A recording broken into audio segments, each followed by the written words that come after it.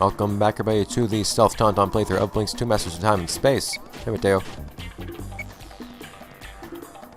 Interestingly enough, the tail says pig's tail, not pigtail, in a cutscene. Yeah, I feared that already, dude. Old news. Like, the game actually requires you to do precise what Mateo just told you to do in the previous mission if you use the pause to disable the windmill. I thought you were just here to investigate stuff in general, not to pick up a stone.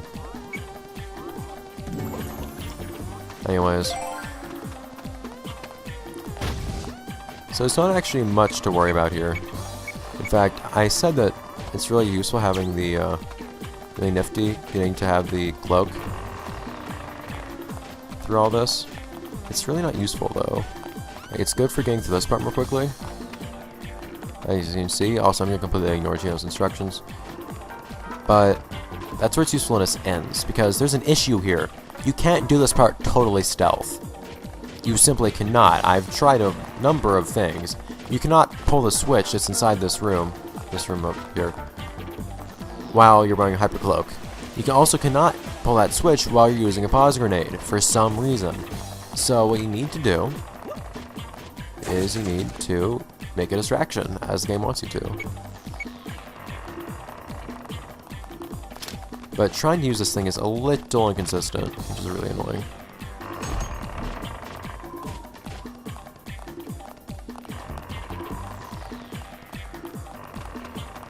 Where'd he go? Okay. And something really dumb that's happened here before. Shut up, Hugo. Okay. So a lot of things need to work right there. For one, the dog needs to not notice you, which is pretty rare, but it can happen. And that'll totally screw you up, because he'll grab you and it'll prevent you from getting out in time before the sweepers notice you. Then, this sweeper up here on the top of the screen right now, he needs to not be looking at you as you exit that room, which is something that happens way too often. He often decides to just look at you. Speaking of looking at things, he needs to stop looking at me right now. What is he doing?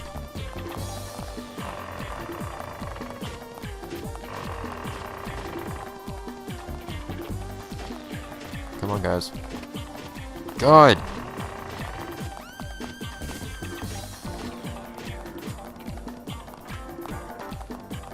You're in the worst kind of... You better not see me. You asshole!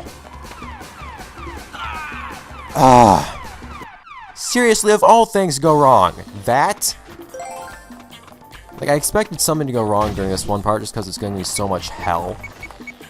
But that's what's going to happen. Okay. I was actually quite happy with how things had been going, despite having died a few times in the previous episode. Since this is the biggest bump in the road for this level. But, okay, we can play it your way game. Make sure these guys are looking at me, because they'll see you before they get distracted by the firecracker.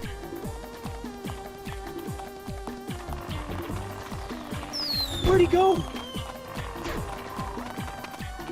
Yeah, they'd basically totally ignore you.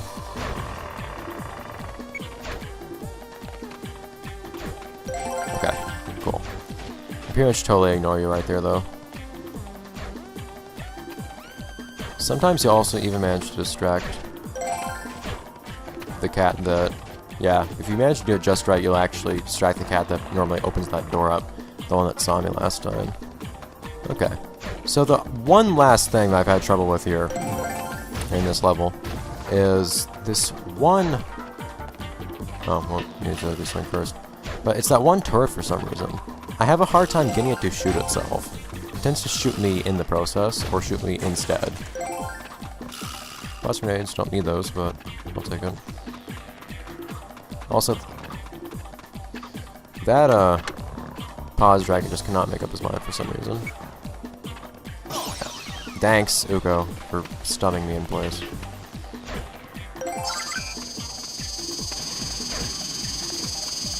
just had a really hard time with this one. Yeah, it tends to shoot the ground and hurt me in the process sometimes.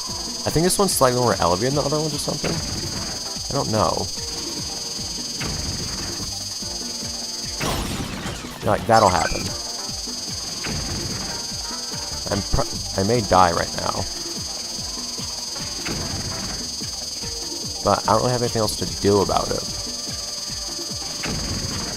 I don't know what's different about this one compared to the other. Should I get to shoot a bit higher or something?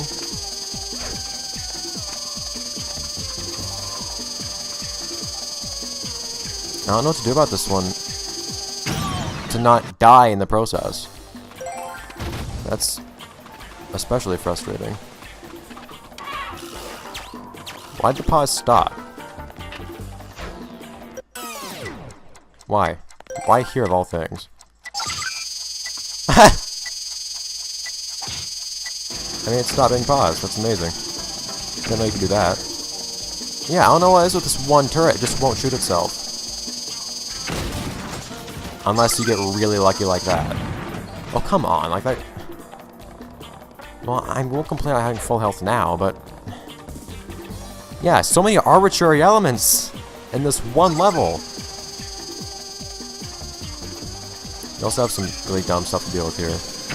Fix invincibility. See, sometimes Ugo's useful. It's not most of the time. So thankfully, you actually get some extra help when it comes to this turret. You asshole! Wow. You son of a...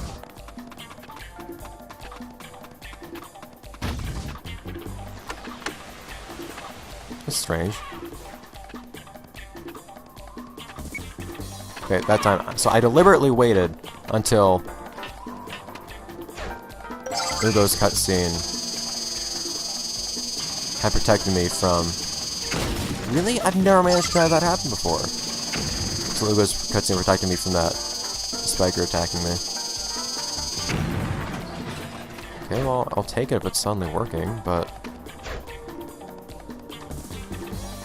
Yeah, I think the biggest thing that bothers me about this level is that the things that present a challenge aren't things that are actually tests of your ability to do well in the game as a, like, when it comes to stealth or anything like that.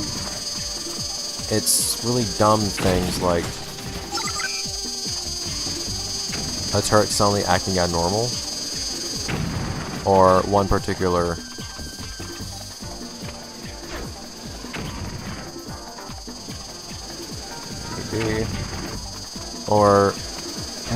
cutscene causing you to get hurt when you really need to not get hit. Guys, like, the density of cutscenes just murders you, sometimes quite literally. So a serious part of playing this game ends up becoming timing the cutscenes just right so you don't die from them.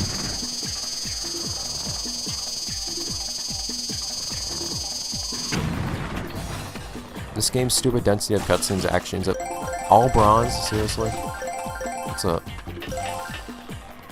very cruel thing to do.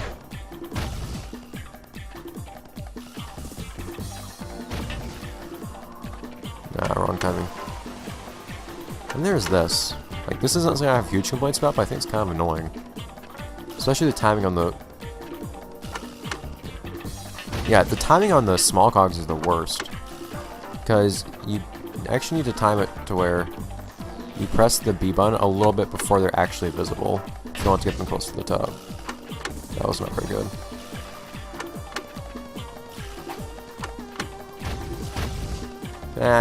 I got it, I guess.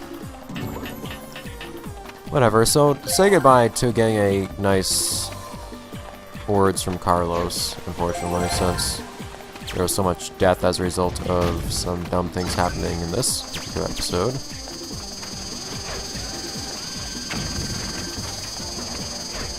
But it would have been nice.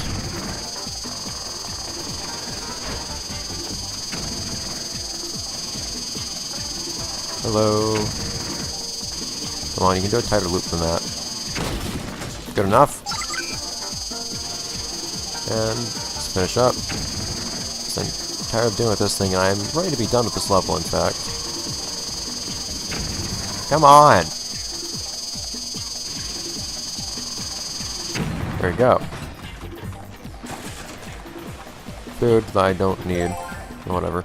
I was never too sure what the point of this button was, to be perfectly honest. It just tells me steal a stone. Well, okay, how's that help? More pauses, in case you didn't have them already.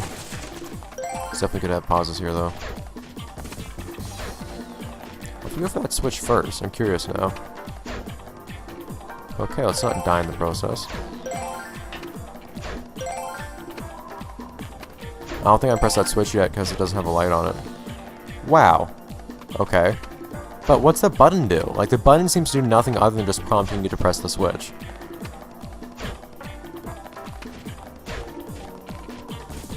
Because you press this, and now he says, hey, press the switch.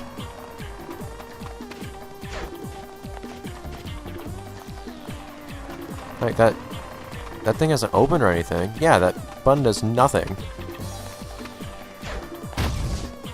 Shut up. Oh, no.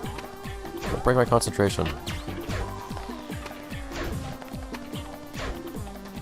Okay.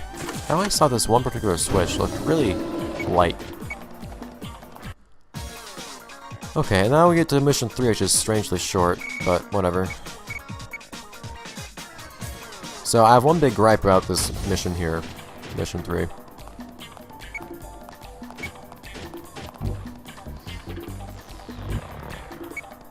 This part. The bike. It says, go to the bike. Well, it's not where you think it is. The most convenient bike to get to is actually the one that you can see in the bottom right corner of the screen right now. It's right next to my ammo counter. That's where a lot of people would think bike, because it's, for one, where you know a bike already is. Although you can look at the map and it'll actually tell you to go where you need to go. That's one way of doing things. Yes, I know. If I just jump down that way... Is that the place I want to jump down? Probably, honestly.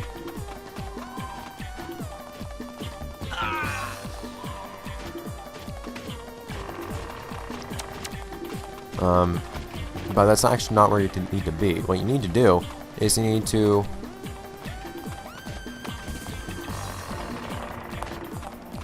run across, and... even though there's a bike right there, you need to get to that bike there instead. You need to pass your first bike to get to the second bike. Like, there's no actual reason in the story for you to actually take that instead.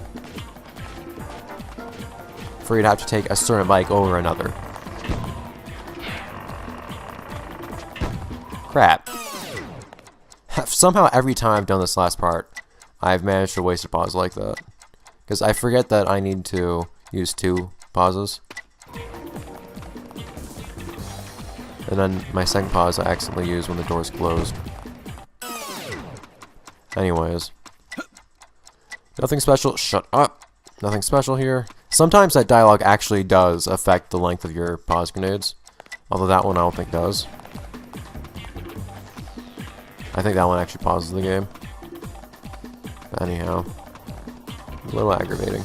But you need to do this really dumb type platforming and walk past enemies for whatever reason to get to another bike that's like 10 meters away. This confused me to no end the first time I played through this game though, because I just tried to walk to the other bike, which I probably should have noticed was incorrect when it came to the matter of the map, but still, there's no reason to take this bike instead of the other one. The other one's easier to get to. I love the placement on that bag going straight through your head there. Anyways. Well, what I'll do too is I'll take that first bike, and actually it's functional. You can walk to the first bike, the one that's on the right of the screen right now, and then you can walk back to the big TomTom M looking structure, the logo. And we're about done, but I'm actually going to extend this episode a little bit past 15 minutes because we have a fight to do. Where did the cats get that new weapon? Oh, it's bright. It's shiny, and I want it.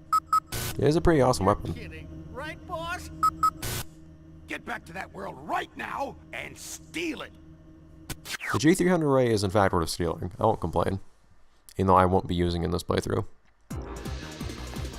So something that's interesting is this fight always opens with you having pause in front of you, and nothing else is really that consistent. There aren't that many constants to this fight. It seems like the items are randomized every time you do this fight. Although if you die and restart the fight, all the items will be the same, I've noticed. It's interesting. Anyways, I have a particular approach I like to take to this level, or to this fight when possible. If items permit, which in this case looks like they will. Awesome. So I hit these guys with this. Interestingly enough, for some reason, the vortex does not actually knock out the cats. Odd, but whatever. Well, he nearly knocks them out. So what I can do is hit a pause, pick up some more pause, conveniently placed, punch him out, and be happy with my life. There's one more thing I'm looking for. There's one more thing I want to make use of. More pause. Awesome. Not that I have any use for that, but I can appreciate it. One issue is that so many of your potential items in this level just fall through. And pick up the crossbow. Yeah. Why not? It's a powerful weapon. Doesn't make a difference, but I'll take it. Anyways, the one last thing I want is bananas, actually. If I could just find those somewhere. Yeah, there they are. Okay. I don't want to risk it. Risk getting caught here. I'm gonna run up to the other side. I'm gonna hit them from there. Because you can actually throw vortex really far. More pauses, why not? But different things have different ranges. Bananas have really short range, for example. I don't know why.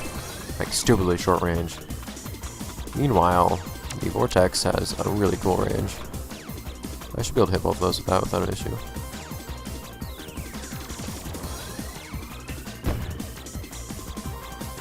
Right.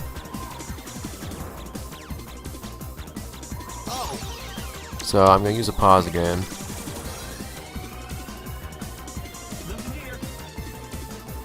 With 2 goals in mind. First is punching this guy out. Second is using this. Where'd he go? There we go. And just have a nice, fun, climactic finish. Remember, when I was plotting out how to do this particular fight, I was especially stressed after having gone through that whole level, so I figured out we just take out our anger on a more violent way of getting rid of one of our cats. Putting him down, lodging a nice crossbow bolt right through his skull. That having been done, that was the one time I think I'm going to manage to make a fight fun. Actually, we don't have any more fights with time supers left in the game, so yeah, that's our one fun fight for this playthrough. That will be it for this episode of the TomTom Stealth playthrough of BLiNX 2 Masters of Time and Space. See you guys next time when we... yeah, I suppose the next thing to do is... oh, I know what we're doing next, actually. Yeah, we'll have fun. Blink indeed. It's a very powerful weapon. It's amazing. You can't actually get the weapon unless you unlock it from Carlos after doing the most difficult challenge in the game. Not that that's that special, you just need to figure out how to do it, but whatever. So I'm guessing I'm just walking wounded or whatever. Probably walking wounded for having died a few times.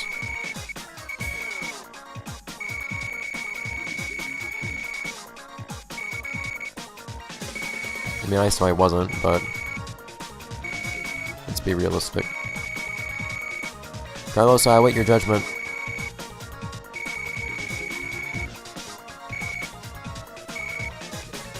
Yes, bananas. Okay. Huh. Better fighter than you are an eater. I'm gonna write that down, actually, like right now. That's an interesting one to hear. Also particularly interesting because I didn't fight much. What is with Carlos and thinking that I'm a fighter in this game? Although, I guess I did punch a few cats out and then shoot one in the face this time. Yeah, I guess I got a bit more violent this time. Still makes more sense than the one time I managed to get not quite achievement, but a title for being violent, especially violent, when I had not attacked anybody. But that's another matter. Better at fighting than eating. I should probably take that to imply that I'm really good at fighting, because Tom-Toms are in fact known for their eating skills. Okay. So, have fun with the long episode. Oh, those chairs look so comfy.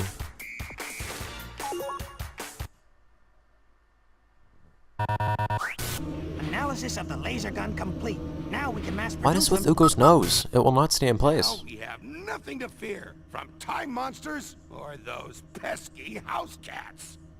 Calling all Tom-Toms. Come on home, boys. It's time to celebrate. Whoa! Meanwhile, I'll just take a quick nap to dream about my lovely Mina. See ya.